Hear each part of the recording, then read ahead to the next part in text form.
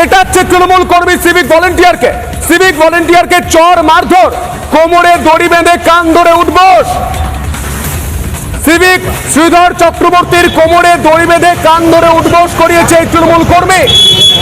হাওড়া ঘটনা, হাওড়া রামসায় তৃণমূল কর্মীদের বিরুদ্ধে জীবনের ভুলটা আমি করবো না, আর করবো না। দেখতে পাচ্ছেন কারোর কথা শুনে করবো না, কারোর কথা শুনে করবো না। কে মনে বলতে লাখ টাকা আবার মা ডেকে মাটি হ্যাঁ মা মাটি মানুষের লাখ টাকা,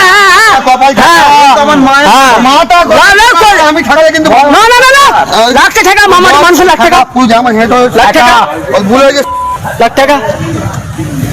বলে আমি যা করেছি পার্টির জন্য যেভাবে ক্যামেরার দিকে আমার দিকে যা বলেছি ভুল খাইতে লাগছি, আমি যা বলেছি ভুল করেছি, ঠিক আছে। আমি যদি গালাগালি করে থাকি আমি ভুল করি, পেয়ে খাই কি আছি তুমি গালাগালিটা পেয়ে দেখান তাহলে। মধ্যযুগীয় বর্বরতার একটা ছবি দেখুন। সিভিক ভলেন্টিয়ারকে কোমরে দড়ি বেঁধে উঠবোস করানো হচ্ছে, তাকে ভুল স্বীকার করতে বলা হচ্ছে। কেন? কারণ সেই সিভিক ভলেন্টিয়ার নাকি মুখ্যমন্ত্রীকে নিয়ে কুকথা বলেছে।